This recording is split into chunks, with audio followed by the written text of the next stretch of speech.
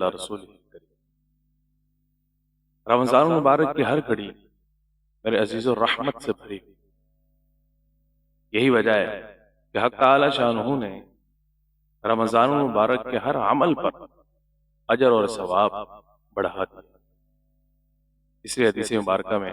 رسول کریم صلی اللہ علیہ وسلم نے ارشاد فرمایا کہ رمضان المبارک میں نفل کا ثواب فرض کے برابر کر دیا جاتا ہے اور فرض کا ثواب 70 فرائض کے برابر کر دیا جاتا ہے۔ آقا کریم صلی اللہ علیہ وسلم ارشاد فرما رہے ہیں کہ روزہ دار سو رہا ہوتا ہے، لیکن رمضان المبارک میں جس وقت روزہ دار روزہ رکھ کے سوتا ہے، اللہ رب العزت کے ہاں اس کا سونا بھی عبادت شمار ہوتا ہے۔ عرش والے فرشتے اس کی دعاؤں پر آمین کہہ رہے ہوتے ہیں اور اس کے لیے دعائے مغفرت کر رہے ہوتے ہیں، حتیٰ کہ سمندر کی مچھلیاں افطار تک روزہ داروں کے لیے مغفرت کی دعا کر رہی ہیں۔ اس لیے احادیث کے اندر آتا ہے کہ رسول کریم صلی اللہ علیہ وسلم نے ارشاد فرمایا کہ حق تعالی شانہ نے رمضان المبارک کے پہلے عشرے کو رحمت اور دوسرے عشرے کو مغفرت اور تیسرے عشرے کو جہنم سے آزادی والا بنایا۔ اس کا مطلب یہ ہوا کہ پہلے 10 دن جو ہے وہ حق تعالی شانہ کی رحمت جو ہے وہ موسلا دار بارش کی طرح برس رہی، اور 10ویں دن کا جیسے ہی سورج غروب ہوتا ہے تو مغفرت کا عشرہ شروع ہو جاتا ہے۔ حدیث میں آتا ہے رسول کریم صلی اللہ علیہ وسلم نے ارشاد فرمایا جیسے ہی رمضان المبارک کی پہلی رات ہوتی ہے، حق تعالی شانہ تمام اہل قبلہ کو مسلمانوں کو بخش دیا، اور پھر ہر رات کے اندر اللہ رب العزت جو ہے 6 لاکھ افراد کی بخشش فرماتا ہے، اور ہر افطار کے وقت میں حق تعالی شانہ 10 لاکھ افراد کی بخشش فرماتا ہے۔ تو دوسرے عشرے کو اللہ رب العزت نے مغفرت والا بنایا، اور دوسرے عشرے کا 20ویں دن کا جیسے ہی سورج غروب ہوتا ہے تو پھر تیسرا عشرہ شروع ہو جاتا ہے جسے عتق من النار، جہنم سے آزادی والا۔ یہاں سے ایک انسان کے ذہن میں سوال پیدا ہو سکتا ہے کہ اللہ رب العزت نے پہلے ہی عشرے کو رحمت والا کیوں بنایا؟ دوسرے کو بنا سکتے ہیں، تیسرے کو بنا سکتے ہیں، پہلے ہی عشرے کو حق تعالی شانہ نے رحمت والا کیوں بنایا؟ اس کی وجہ یہ ہے کہ احادیث میں آتا ہے حق تعالی شانہ پہلے عشرے میں تمام اہل قبلہ کی طرف نظر رحمت کو ڈالتے ہیں، نظر رحمت حق تعالی شانہ، اس لیے کہ رسول کریم صلی اللہ علیہ وسلم ارشاد فرما رہے ہیں پہلے عشرے میں حق تعالی شانہ سب کی طرف رحمت کی نگاہ کرتے ہیں۔ اب اس کا فائدہ کیا ہوگا کہ جب اللہ رب العزت نگاہ رحمت فرما رہے ہیں تو بے نمازیوں کو بھی اللہ رب العزت نماز پڑھنے کی توفیق عطا فرماتے ہیں، اللہ رب العزت ان کے دلوں کو بھی نرم فرما دیتے ہیں، ان کا رخ بھی مسجدوں کی طرف ہو جاتا ہے، گھر کی خواتین جو نماز نہیں پڑھا کرتی تھی ان کا رخ مصلی کی طرف ہو جاتا ہے، تراویح پڑھنے والے بن جاتے ہیں، روزہ رکھنے والے بن جاتے ہیں، قرآن مجید کے ساتھ ان لوگوں کو عشق اللہ رب العزت نگاہ رحمت کے بدولت عطا فرما دیتے ہیں۔ اس لیے اللہ رب العزت نے پہلے عشرے کو کون سا بنایا؟ رحمت والا۔ اس لیے رحمت والا بنایا تاکہ وہ لوگ جو مسجدوں کا رخ نہیں کیا کرتے تھے پہلے ہی عشرے میں مسجدیں جو ہیں چونکہ نگاہ رحمت پڑتی ہے سارے لوگوں کی طرف، اس لیے ہمیں پہلے عشرے میں ہی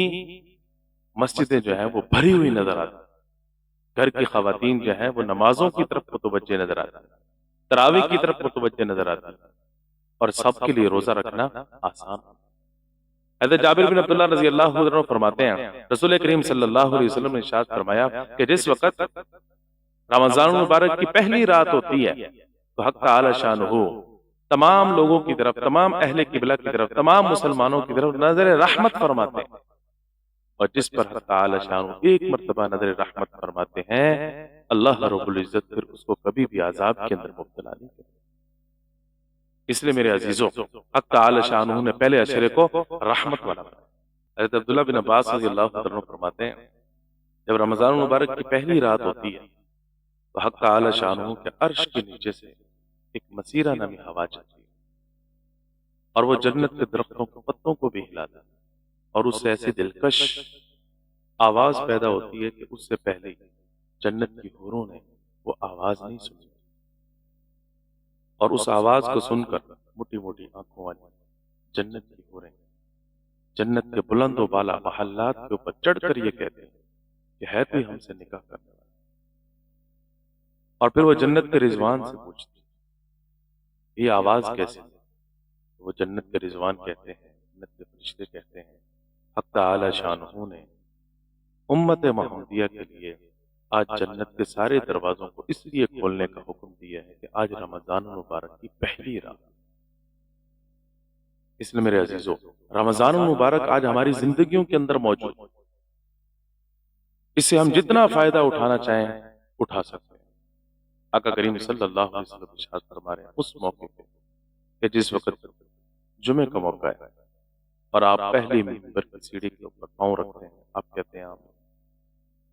دوسری سیڑھی پر آپ پاؤں رکھتے ہیں، آپ فرماتے ہیں آمین، تیسرے درجے پر اسٹیپ پر آپ پاؤں رکھتے ہیں، آپ نے ارشاد فرمایا آمین۔ صحابہ کرام رضوان اللہ تعالی علیہ اجمعین نے پوچھا یا رسول اللہ صلی اللہ علیہ وسلم آج آپ کا یہ عمل ہم نے دیکھا تو اس کی کیا وجہ ہے؟ حضور نے ارشاد فرمایا اس موقع پہ اس وقت حضرت جبریل امی میرے پاس موجود تھے اور وہ فرما رہے ہیں اس وقت پہلے درجے پر میں نے پاؤں رکھا تو انہوں نے یہ بات ذکر کی کہ وہ شخص تباہ و برباد ہو جائے کہ جس کی زندگی میں والدین ہوں اور وہ بوڑھے ہو جائے یا کوئی ایک بوڑھا ہو جائے اور یہ ان کی خدمت کر کے اپنے اوپر جنت کو واجب نہ قرار دے، جنت اپنے اوپر واجب نہ کرا سکے، ایسا شخص تباہ و برباد ہو جائے۔ آپ نے فرمایا آمین۔ دوسرے درجے پر جس وقت پاؤں رکھا تو حضرت جبریل نے فرمایا کہ تباہ و برباد ہو جائے وہ شخص کہ جس کے سامنے آپ کا نام نامی اسم گرامی جناب محمد الرسول اللہ صلی اللہ علیہ وسلم آئے اور وہ آپ پر درود شریف نہ پڑھے، صلی اللہ علیہ وسلم نہ پڑھے، ایسا شخص بھی تباہ و برباد ہو جائے۔ آپ نے فرمایا آمین۔ اور تیسرے درجے پر جس وقت میں نے پاؤں رکھا تو آقا کریم صلی اللہ علیہ وسلم ارشاد فرما رہے ہیں حضرت جبریل نے کہا تباہ و برباد ہو جائے وہ شخص کہ جس کی زندگی میں رمضان مبارک آئے اور وہ اپنی بخشش نہ کروا سکے، اللہ رب العزت سے اپنی مغفرت کا فیصلہ نہ کروا سکے، ایسا شخص بھی تباہ و برباد ہو جائے۔ آقا کریم صلی اللہ علیہ وسلم ارشاد فرمایا رمضان المبارک آج ہماری زندگیوں کے اندر موجود، اس لیے جتنا ہو سکتا ہے اپنی بخشش کے ہم فیصلے کریں۔